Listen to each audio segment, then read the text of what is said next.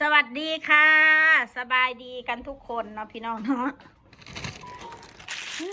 เมื่อนี้ขอยสิมาบอกความในใจของข่อยเด้อขอยสิบอกในใจบ่ ซื้อกินผู้เดียวนะ ไว้มันแพงนะเมื่อก่อนนะฉันมีเงินฉันซื้อให้ได้แต่ทุกวันนี้ฉันไม่ค่อยมีฉันก็เลยต้องซื้อกินเองคนเดียว อันนี้ก็ต้องเข้าใจนะว่ามันแพง ดูดลายนะพ่อเลยจะกินมัน เออเนาะพี่น้องสมัยตะกี้ข่อยมีเงินข่อยซื้อแจกเลยจ้ะแต่สมัยนี้นะฉันหาเช้ากินค่ำกว่าฉันจะได้กินอเมซอนแก้วหนึ่งฉันก็ใช้เวลาอาทิตย์หนึ่งกินครั้งหนึ่งเดี๋ยวนี้น่ะ ไม่ได้กินเหมือนเมื่อก่อนนะเมื่อก่อนนะกินทุกวันแต่ตอนนี้น่ะ ฉันซื้ออาทิตย์หนึ่งหรือว่าอาทิตย์หนึ่ง2 ครั้ง ก็ถือว่าหรูแล้วนะทุกวันนี้น่ะ ต้องเข้าใจด้วยนะอืมเด้อบัดนี้พี่น้องคอยสิมีความในใจมาบอกพ่อแม่พี่น้อง ความในใจ ความในใจของข่อยบอก FC เพิ่นก็เว้าดีบอกดี ถ้าเพิ่นแนะนำดีๆเฮาก็สิมาบอกความในใจแล้วให้ผู้เพิ่นเขาเข้าใจว่า ในการข่อยออกมาตอบโต้คอมเมนต์นี่เด้อข่อยสิบอกให้ชุดเจ้ามองข่อยว่าข่อยน่ะเครียดข่อยน่ะเสียใจ แบบว่าเป็นอันใดเครียดแบบเสียสุขภาพจิตไปเลย FC อาจจะมองแบบนั้นเด้อพี่น้อง แต่มันมองกันตรงข้ามกับข่อยบาดนี้ข่อยสิบอก FC ทุกคนถามว่าข่อยเครียดบ่มันก็สิเครียดเป็นบางเรื่องเนาะเครียดเป็นบางเรื่องแต่บางเรื่องที่แบบว่าบ่สมควรกับข่อยก็บ่ได้เครียดแต่ข่อยก็สิบอกว่า ทุกครั้งที่ข่อยตอบคอมเมนต์ข่อยมีอันนึงเราก็เว้าดีอยู่ดอกซามนอย่าสิเก็บมาใส่ใจคนที่เขาเม้นเว้าให้ซุเจ้าเขาบ่ได้คิดหยังหลายดอกเขาแค่อยากด่ายั่วเฮ็ดให้เฮาโมโหให้เฮาออกมาตอบโต้ให้คนอื่นมองเฮาบ่ดีมันเฮ็ดให้เฮาเสียสุขภาพจิตข่อยสิบอกไว้เลยเอ้ยข่อยน่ะบ่ได้เสียสุขภาพจิตข่อยคิดว่าคนพวกนี้ข่อยก็คิดว่ามันก็จิตบ่ปกติคือกันและมันก็สิมองข่อยว่าข่อยก็จิตบ่ปกติคือกันอาจจะเป็นแบบนั้นก็ได้คนเฮามันบางเทื่อกับคนเป็นโรคซึมเศร้าคนเป็นโรคซึมเศร้ากะแมนคนยันคนอื่นได้ดีกว่าตัวเองกะแมนมันมีหลายประเภทว่าพูดคนนะร้อยพ่อพันแม่นะพี่น้องข่อยก็บ่สามารถที่จะไปบอกไปอธิบายได้ทุกคน แต่ว่าข่อยนะเด้อข่อยบ่ได้เสียใจแล้วข่อยก็บ่ได้แม่นว่าเป็นวิตกกังวลบ่ในการที่คอมเมนต์ที่เขาเจ้ามาเว้าใส่ข่อยบ่ได้ถึงขนาดนั้นข่อยเป็นคนที่แบบว่ามึงว่าให้กูแบบนี้กูก็ว่าให้มึงกลับแบบนี้ข่อยก็คิดแค่นั้นเองถ้าข่อยบ่ได้เว้านะข่อยสิเครียดเด้อพี่น้องอันนี้เขาบอกตรงๆเลยถ้าข่อยบ่ได้ตอบโต้ขึ้นนะข่อยสิเครียดข่อยสิซึมเศร้าข่อยลักษณะคือว่าข่อยทำไมกูต้องมานั่งเก็บกดทำไมกูต้องแบบอยากเว้ายังกับบ่กล้าเว้าย่านคนสั่งแบบนี้นะข่อยพอบ่เป็นแบบนั้นได้ไผก็ต้องการความหักเบิดแต่ว่าข่อยเป็นคนตรงไปตรงมาเป็นคนตรงเป็นคนนิสัยแบบใดเป็นคนเว้าเสียงดังเว้าบ่ม่วนเป็นคนโผงผางข่อยอาจสิบ่มีมารยาทในการเว้าหรือในการเข้าสังคมนะข่อยก็บ่มีสังคมพี่น้องเว้าง่ายๆซะแต่ว่าพี่น้องสิคิดว่าข่อยออกมาตอบโต้เนี่ยอันนี้ข่อยสิระบายความในใจให้ฟังการก็มาออกตอบโต้ว่าข่อยเสียใจบ่เขาบ่ได้เสียใจนะข่อยแค่อยากว่าสิขึ้นในการเว้าใส่ลูกข่อยก็ถามว่าลูกไผก็หักแม่นลูกไผก็หักแต่บางครั้งบางคราวมันก็ใส่คนที่เป็นผู้ใหญ่นะคนที่มีอายุคนที่แก่แล้วคนที่ลงแล้วมาเว้าให้เด็กน้อย5 ขวบนี่ซึ่งสมควรมันบกควรเว้าให้เด็กนะข่อยก็แค่ว่ามึงเป็นผู้ใหญ่แบบใดมึงเรียนมาแบบใดคนมีการศึกษาแบบใดมาคอมเมนต์เว้าให้ลูกเขาแบบนั้นแบบนี้แบบนั้นบ่มีผู้ใดอยากให้ลูกเป็นแบบนี้เด้อพี่น้องเด้อเฮากับลูกเฮาเป็นแบบนี้ก็ถือว่ามันเป็นเวรเป็นกรรมของเฮาเองก็สร้างมันเฮาเลี้ยงของเฮาเองแต่คนอื่นน่ะเขามามองคนที่เป็นพ่อเป็นแม่แบบว่าดูแลลูกบ่ได้แบบนี้นะบ่สามารถที่จะดูแลลูกได้ซึ่งคนอื่นมันมองแบบนั้นก็สร้างเขาแต่ความหักของเฮาหักลูกมันเต็มร้อยอยู่แล้วข่อยกระเบาเพชรก็เต็มที่อยู่แล้วในการเลี้ยงลูกอาจจะบ่ได้เลิศเลอเฟอร์เฟกคือคนอื่นเขาดอกแต่บางเถื่อคำเบ้าของผู้ใหญ่คนที่บุหูจักควมเบ้าให้เด็กน้อยแบบนี้ข่อยก็อยากตอบโต้เจ้าเข้าใจบ่ ถ้ามาข่อยเสียใจบอกว่าให้ลูกข่อยถ้าเว่าให้ลูกข่อยเสียใจอยู่แต่ถ้ากูได้เว่าเสียมึงคืนกูก็มีแห้งนะแบบนี้แหละพี่น้องแต่ว่าสิมานั่งแบบบ่เว้าดีกว่าโอ้ยถ้าเว้าไปยันมูดาโอ้ยยันเขาบ่เบิ่งคลิปให้ยันเขาสั่งเขาไปมากกว่านี้ทุกวันนี่เด้อข่อยสิบอกให้มันก็บ่มีผู้ใดหักเฮาดอกเพราะว่าข่อยนะเด้อจากข่อยเบิ่งคอมเมนต์บ่หรือข่อยเบิ่งจากหลายๆเรื่องหลายๆอย่างเวลาข่อยบ่มีแบบนี้คือข่อยบ่มีข่อยก็ยอมรับนะข่อยบ่มีข่อยอาจจะบ่มีเงินคือเมื่อก่อนแล้วข่อยก็ลำบากข่อยก็ยอมรับอยู่ว่าโอเคข่อยลำบากแต่ว่าข่อยก็พยายามสิจะดึงครอบครัวตัวเองอยู่ให้รอดว่าซั่นซะโดยที่บ่อยากรบกวนคนอื่นว่าซั่นซะแต่คนอื่นเข้ามาว่าข่อยเคยดูถูกคนเว้าเคยดูถูกคนไว้หลายเวรกรรมมันก็เลยตกอาจสิแม่นอาจจะเป็นไปได้เนาะขอกับบ่เที่ยงอันนี้อาจจะเป็นไปได้คนเฮามันก็มีขึ้นมีลงแต่ว่าข่อยถามว่าข่อยออกมานั่งตอบโต้แบบนี้ข่อยเสียใจ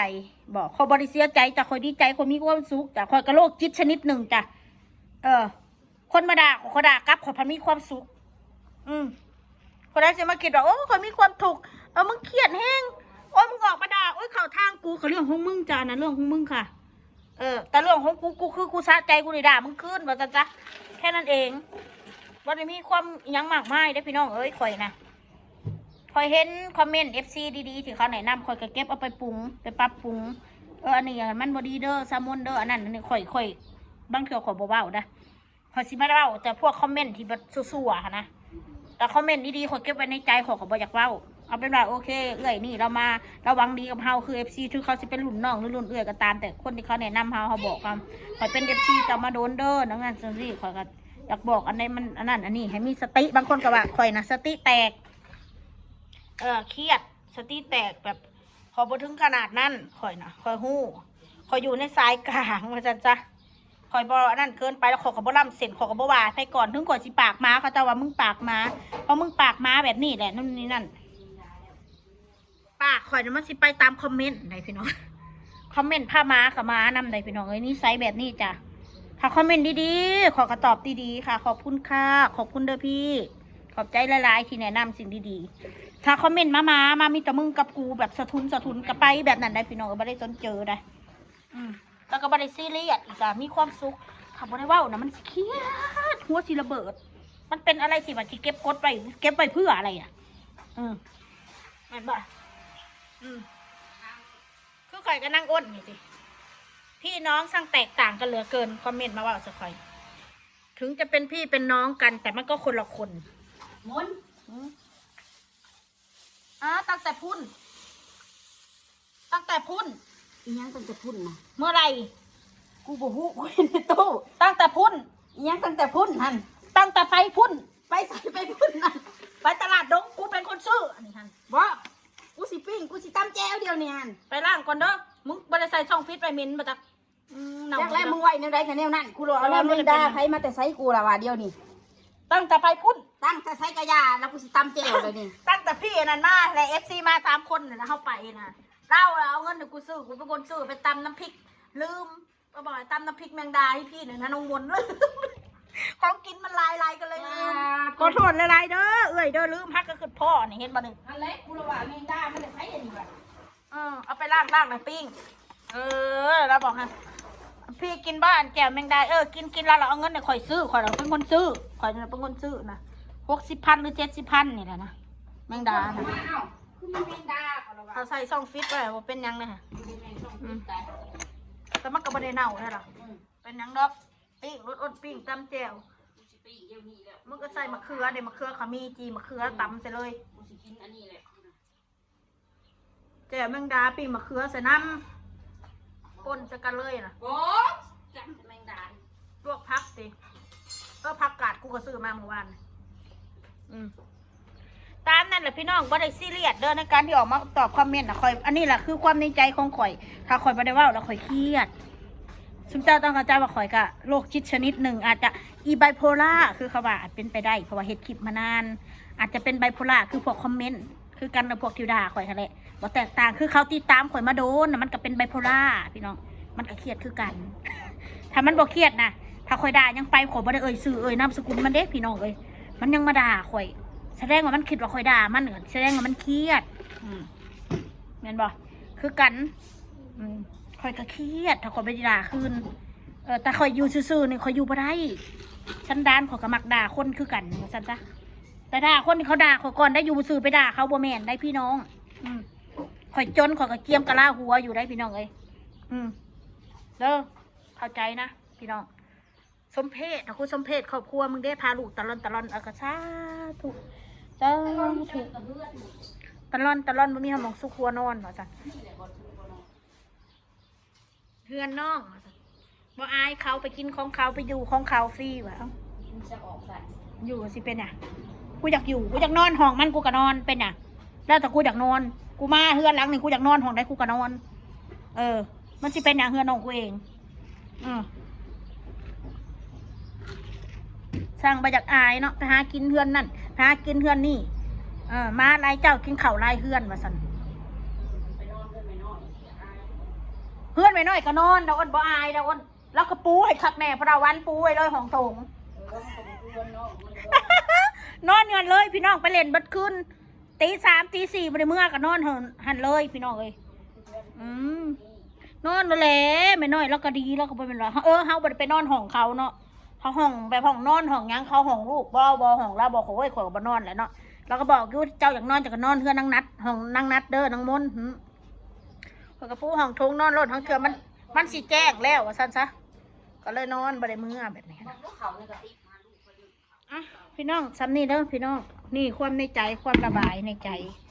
บ๊ายบายจ้าสวัสดีค่ะเสือแดงกับเสือลายผู้ใดงามกว่ากันว่าซั่นเมื่อวานนี่เสือคนนี้เมื่อวานกูใส่สีแดงมึงใส่สีลายมีFCถามว่าผู้ใดงามกว่ากันว่าอ้าวผู้ใดงามกว่ากันโอ้งามคนละแบบจ้าพอก็งามมีกี่โพอยู่นี่กี่โพโซระวังมันแคปหิบแคปหันสะออนซอนจีบกูอยากทำมือว่ากูเห็นคอมเมนต์อันหนึ่งมันบอกไอ้เพชรว่ามึงอันบักเพชรว่าสันมึงเอาเส้นมอยห้ำมึงไปปลูกกับอันมองหัวมึงแน่มันบอกมันแนะนำไอ้เพชรเอาหัวมึงราดว่าสันมันบอกเอามอยห้ำเราไปปลูกมันนั่นมันบอกกูก็เลยบอกมันมึงบอกมีเบี้ยมึงก็มอยหีมึงก็ไปปลูกตามปากมึงบักปากก็เป็นแต่คนหลายไปละพี่น้องเอ้ยคนมวนจ้ะ